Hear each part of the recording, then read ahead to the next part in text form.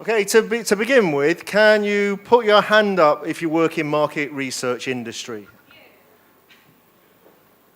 Okay, there's quite a lot of us. What about if you work in advertising? Can you put your hand up? Okay, if you work in advertising, can you put your hand up like a bit higher because I can't really see it. Okay. I'm gonna take a photo of that. Okay. There is a reason. Just give me a sec.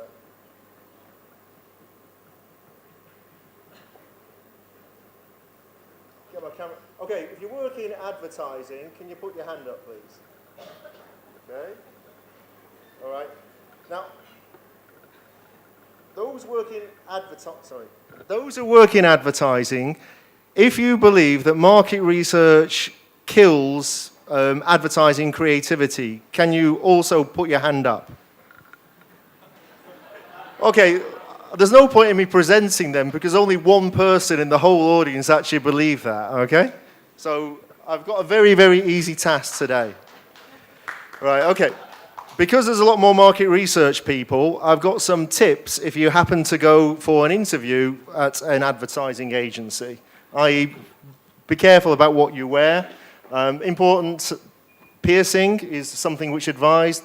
Facial hair is an absolute necessity. If you have a tattoo, you also need to show that. Okay, next slide, please. Oh, sorry. Okay, to begin with, well, very topical for Vietnam. The next King Kong movie is coming out shortly, which is shot in Vietnam. So it's partly for homage to that movie, to encourage you to go and watch it, and also because this features the drumming of Phil Collins and we're in the Hard Rock Cafe, I'm going to start off by showing a creative ad. There is a reason why. I'll explain in a minute.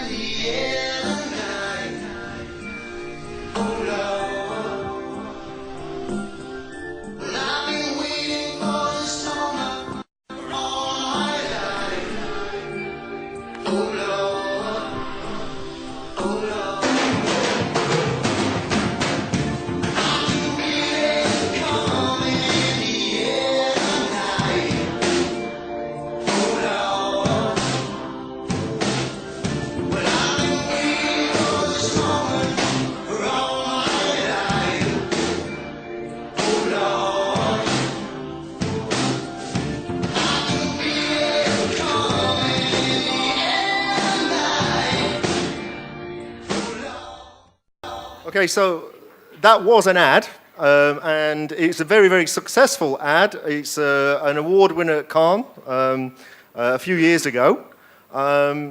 It did undergo market research, but it broke a lot of rules. For example, no clear message. The brand was hardly there at all, but it was very, very creative and very engaging.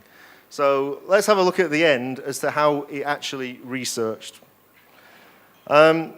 The other thing to point out in my short presentation today, it's a bit of an anti-research presentation. There is only one number I'm going to show, and that number is 67. So I think I'll get the fewest number of photographs taken of the screen of what I'll be presenting. So first of all, my subject is about creativity and does market research do it justice? The first thing to point out that creativity in advertising is hugely important.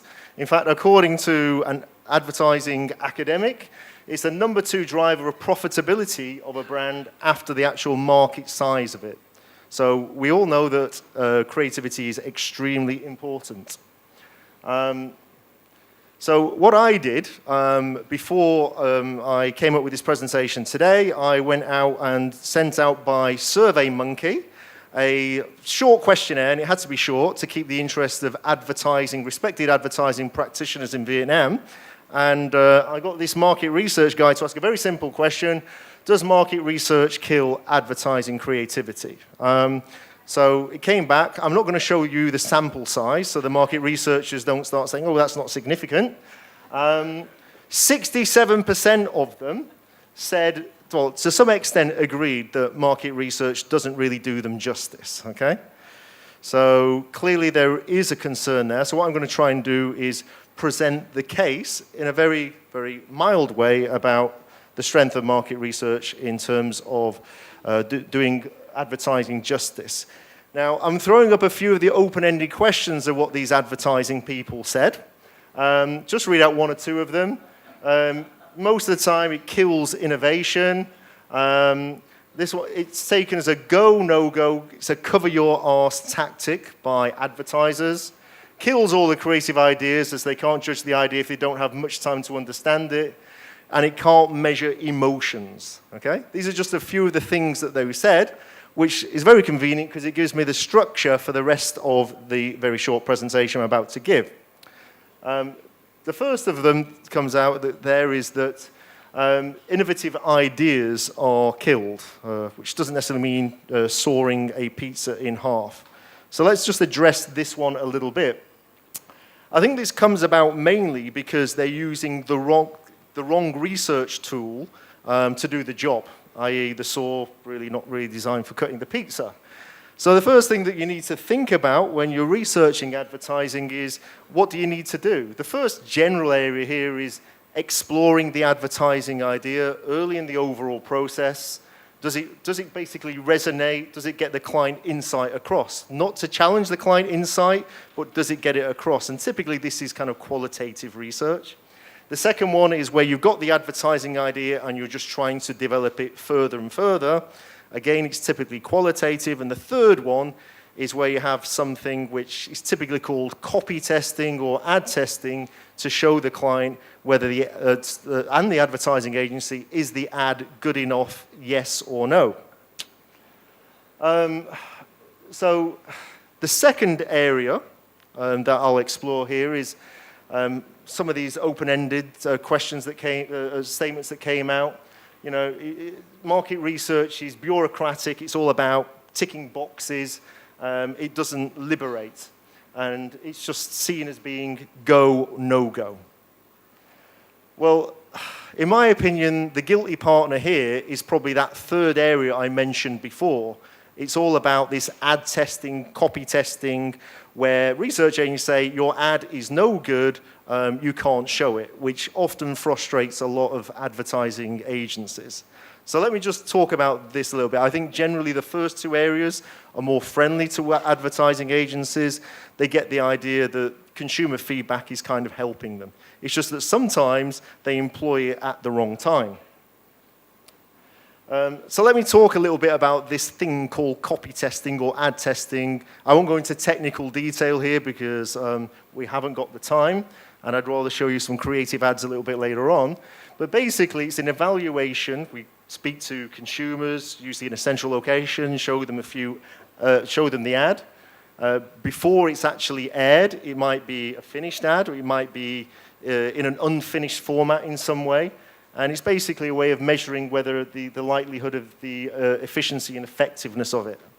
And it's been around for a long, long time, since the 1930s, and it became really popular in the 1960s, and it's not dead yet. So advertisers kind of like it, because it gives them some kind of feedback as to whether it's likely to be worth the investment of developing an ad or not.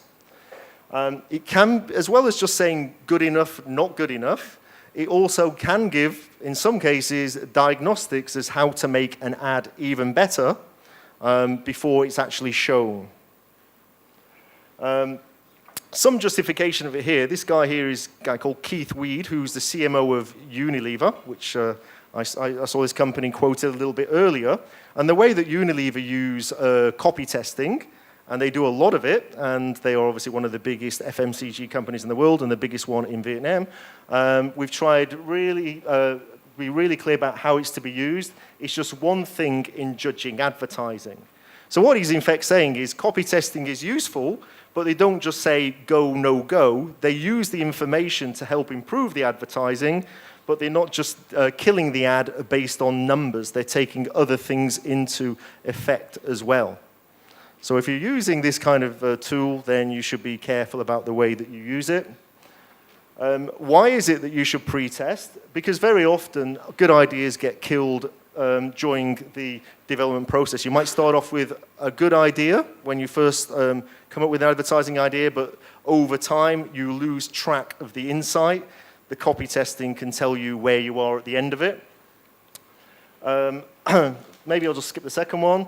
It also gives justification behind the investment to shoot the ad.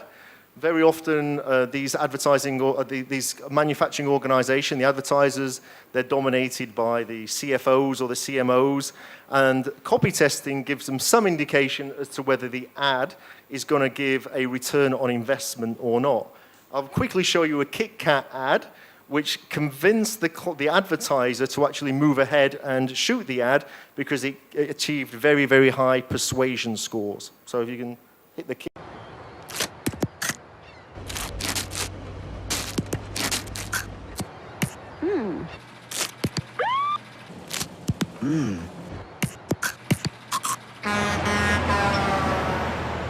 Simple and persuasive. And another way that why advertisers use copy testing is that it gives an opportunity, or can, to edgy, unusual, different kind of advertising which might be seen as risky. So if you copy test it, it gives some confidence to the organization that it's going to be successful. So I'll give you an example here of a beer in America, although it's actually a Mexican beer, which took on quite a different positioning compared to most beers. It was less macho, and it took on based on an insight that younger people are, in America, they're looking for a beer that isn't quite as macho, that's a bit more intelligent and different to others. And they came up with a series of ads about the most interesting man in the world. I won't show you all of them, based on the time that we've got, but maybe if you could. People hang on his every word, even the prepositions. He could disarm you with his looks or his hands. Either way, he can speak French in Russian. He is the most interesting man in the world. I don't always drink beer, but when I do, I prefer Dos Equis. Stay thirsty, my friends. Okay, so the actual research from copy testing showed that it was going to be really, really successful. The company moved ahead, shot the ad, aired it. It was incredibly successful, achieved all its KPIs. So doing copy testing actually helped in this case. So the third area which the advertising practitioners pointed as being why they don't like market research is because it kills creativity, mainly because it can't take into account, it can't measure emotions. Well, just one point I've got to make here. In market research, as well as asking direct questions, you can also do other things, which is measure their emotional behavior in different ways. In this case, it's just by tracking what they do with their eyes. On the instruction here, on the left-hand side, was look at the train. And because the train had crashed and was therefore quite interesting, all those red and yellow splodges represent where consumers put their eyes compared to the forest below. But then the instruction on the right-hand side was to look at the forest, but the forest wasn't very interesting, so they actually looked at the crashed train instead. I.e., consumers don't always do what you tell them to do or say what you want them to say. So in market research, we need to use some other tools to get at this. There are a number of them, but one of them is actually tracking what they do with their faces. They watch an ad, and as they're watching an ad, with technology nowadays, you can detect what parts of the ads are they smiling, do they look confused, are they surprised, do they turn away in disgust in some way. So you don't just have to ask them questions, and we find this is an effective way of understanding about emotions and advertising. I'll give you a real-life example in Vietnam. This is an ad for Oreos about 3 years ago.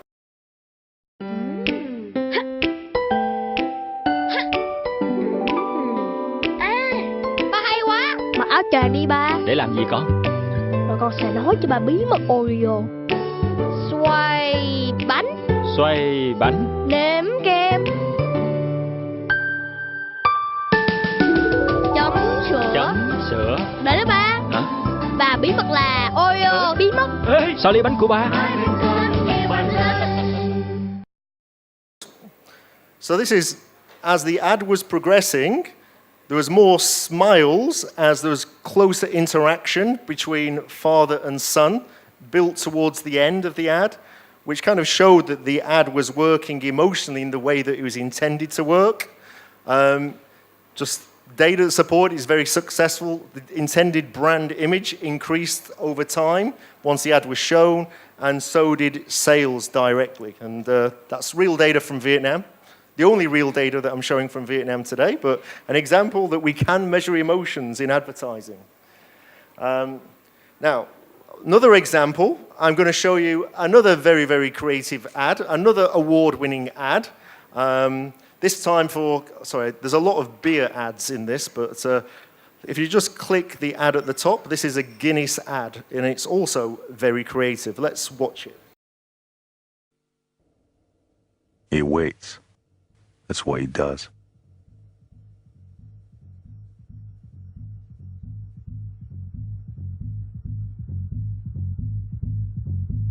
And I'll tell you what. Tick followed tock, followed tick, followed tock, followed tick.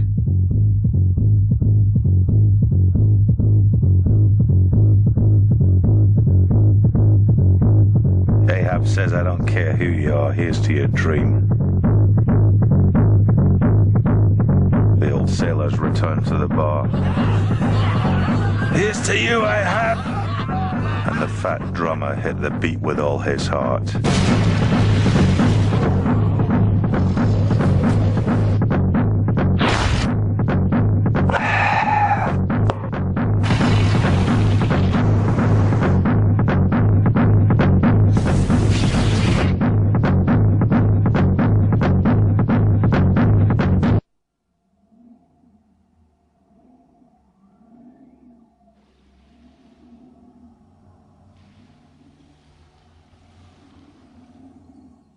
Here's to waiting.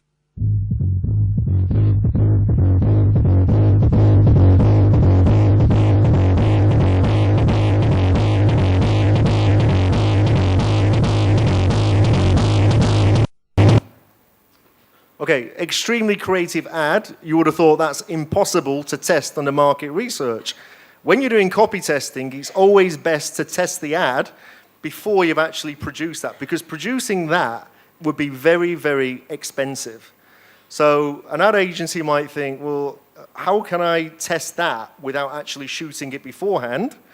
Well, in actual fact, it was tested before basically in a drawing format, and it tested extremely well. The ad went on to being voted in a number of cases the best ad of all time in the UK. It won awards at Cannes, gold medals. Maybe I'll just show you a little piece of what was actually tested before they moved to finished film. So if you can click the bottom.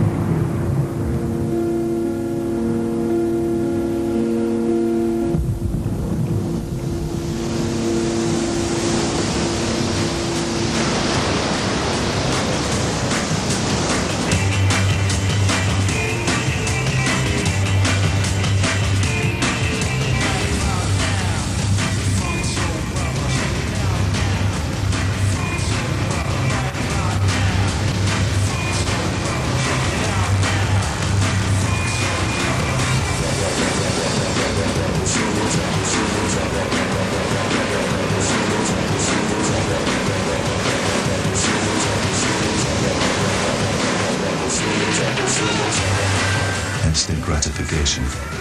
It's never really been all it's cracked up to be.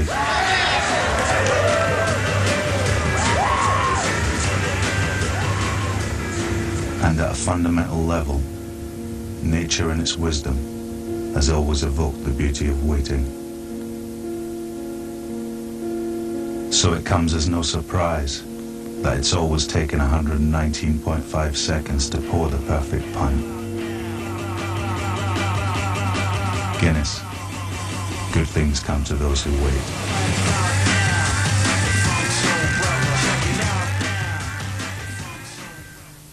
All right, that's just a snippet. It just seemed like quite a rough drawing, but it was good enough to get the advertising idea across, gave them the ad agency and Guinness themselves that they could actually go and shoot the ad, and highly, highly successful.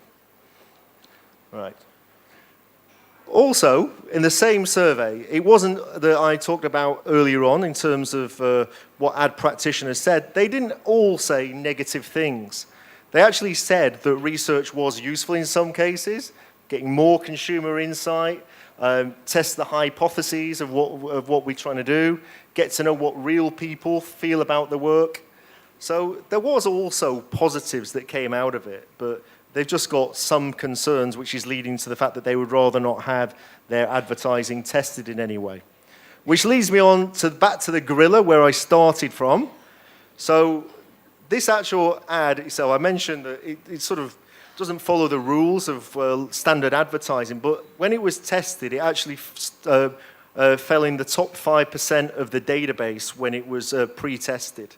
So even the most creative ads, even something as unusual, as eye-catching as this, can be successful. And in some people's opinions, possibly mine, research does do it justice. But I think to prove the case, we've got one person in advertising in the room today. I think it's the lady over there. Put your hand up. There? Okay. So did I convince you that market research did advertising, creativity, justice? Yes or no? Not totally. Okay. So I'm going to try harder next time, and a lot of people in market research here want to be talking to her to try and persuade her later on. Okay. Thank you very much.